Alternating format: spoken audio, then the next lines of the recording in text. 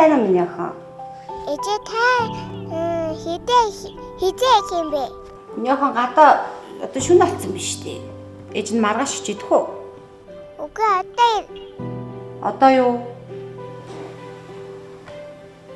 Ээж нь маргааш ичих тоо. үгүй одоо За. Тэгвэл ээж нь одоо хурдгаа яваад чи заяа. за